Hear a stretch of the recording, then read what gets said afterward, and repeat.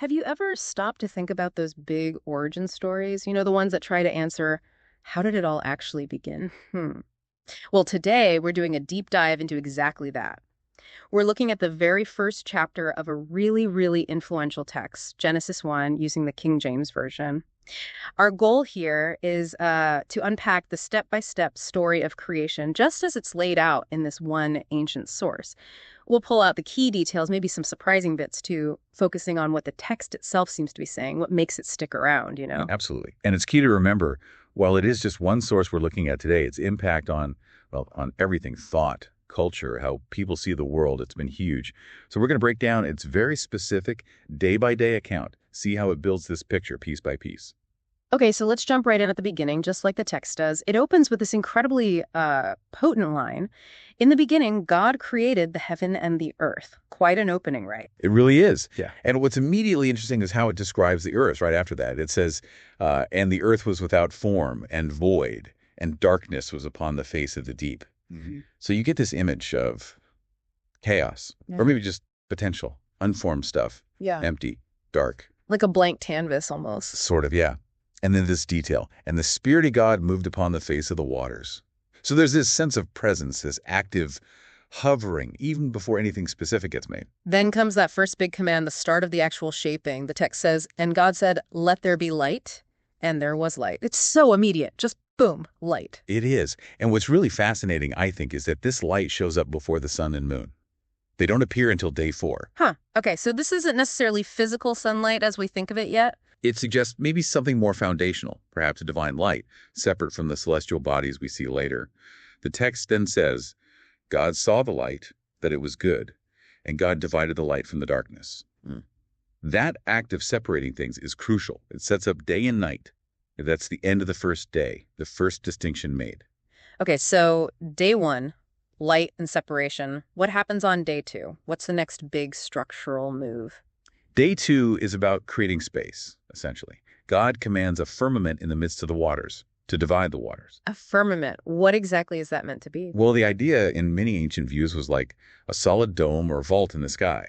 Its purpose here is to separate the waters which were under the firmament from the waters which were above the firmament. So creating distinct realms, sky and, well, what will become the seas. And God calls this firmament heaven. That wraps up the second day. It's about setting boundaries. Right, establishing the sky. Then on day 3, the waters under this heaven are told to gather together. This allows dry land to appear. Right. Now things are starting to look a bit more familiar, Earth-like. Exactly. The source says God called the dry land earth, and the gathered waters he called seas. And again, that phrase, God saw that it was good. Land and water now distinct. Okay. But day 3 isn't done. Next comes the command for the earth itself to produce life, specifically grass, the herb yielding seed, and the fruit tree yielding fruit after his kind, whose seed is in itself upon the earth. Ah, so vegetation. And it just happens. Instantly, according to the text. And what's really key here is that phrase, after his kind, whose seed is in itself. It pops up repeatedly. It establishes this principle of distinct categories of life, each one able to reproduce itself, sort of a foundational idea about species, you could say. And again, day 3 ends with, God saw that it was good. Okay, so we have light, sky, land, sea, plants, all deemed good. What about day 4? The focus seems to shift upwards again. It does. Yeah. Back to the firmament, or heaven.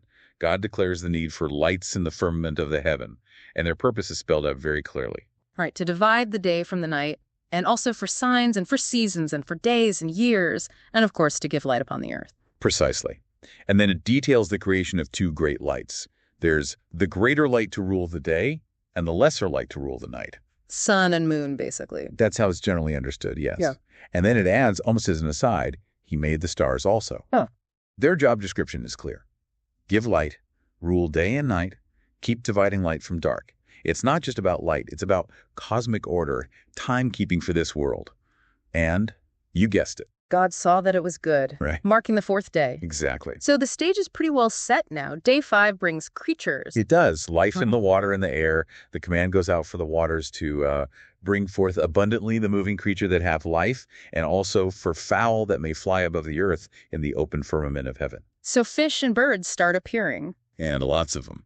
The text mentions great whales, specifically, and every living creature that moveth in the waters, again after their kind, and every winged fowl after his kind. And here, something new happens. God blesses them. Oh, right. Yeah, saying, be fruitful and multiply, and fill the waters in the seas, and let fowl multiply in the earth. It's this explicit encouragement for life to flourish, to spread out. And then the day closes with, God saw that it was good. That's day 5. Okay, day 6. We've got the setting, plants, lights, fish, birds. Must be time for land animals. That's the start of it. The earth is commanded to bring forth a living creature after his kind, cattle and creeping thing, and beasts of the earth after his kind. So yes, land animals find their place. Filling out the picture. But then comes what many see as the absolute peak of this narrative. And God said, let us make man in our image after our likeness. Using us there, interestingly. Yes, the plural us and our is a point of much discussion, but the text states it clearly and continues, and let them have dominion over the fish of the sea, and over the fowl of the air, and over the cattle, and over all the earth, and over every creeping thing that creepeth upon the earth. It's setting humanity apart, giving them a specific role, a kind of stewardship or authority within creation. And the creation follows immediately. So God created man in his own image. In the image of God created he him. Male and female created he them. Both mentioned right there. And like the creatures on day 5, humanity also receives a blessing and a command. It's quite profound. Be fruitful and multiply and replenish the earth and subdue it. And then it repeats the dominion part. And have dominion over the fish of the sea and over the fowl of the air and over every living thing that moveth upon the earth. That word replenish is interesting. Sometimes people read it like refill. Right. But in the English of the King James Version, it really just meant to fill or fill up. Not necessarily implying it was ever empty after being full. It's more about filling the potential of the earth. Okay, that makes sense. And does the text mention what everything eats? It does. It specifies the food source. Yeah. For humans, God gives every herb bearing seed and every tree in the tree, which is the fruit of a tree yielding seed. So a plant-based diet. And for the animals? For every beast of the earth and every fowl of the air and everything that creepeth upon the earth wherein there is life, God gives every green herb for meat. Again, plant-based for all life at this initial stage described in the text. It presents this complete sort of harmonious food web. A whole system set up. Exactly. And after all of that, the creation of land animals, humanity, the blessing, the commission, the provision of food, day 6 concludes with this ultimate assessment, not just good, but behold, it was very good. Yes. And God saw everything that he had made, and behold, it was very good. It really emphasizes the completion, the wholeness, a sort of perfect integration of everything that's been made. That marks the end of the 6th day. Wow. So we've traced this incredible path, haven't we? From, like you said, that formless void, all the way to this world full of light, structure, plants, animals, and humanity, all declared very good. It's quite a sequence. It really is. When you lay it out day by day like that, what really stands out to you? Maybe the way things progress or those recurring phrases like after his kind or it was good. Yeah. And that final very good. What does that signal? Also, that idea of dominion given to humans right at the end, how does its placement feel within the flow of the story? What does it suggest to you? That's a lot to think about. And maybe for you listening, what does it mean that such a foundational story describes creation this way, as this ordered step-by-step process, where everything seems to get its designated place and role, building up to humanity with this unique responsibility?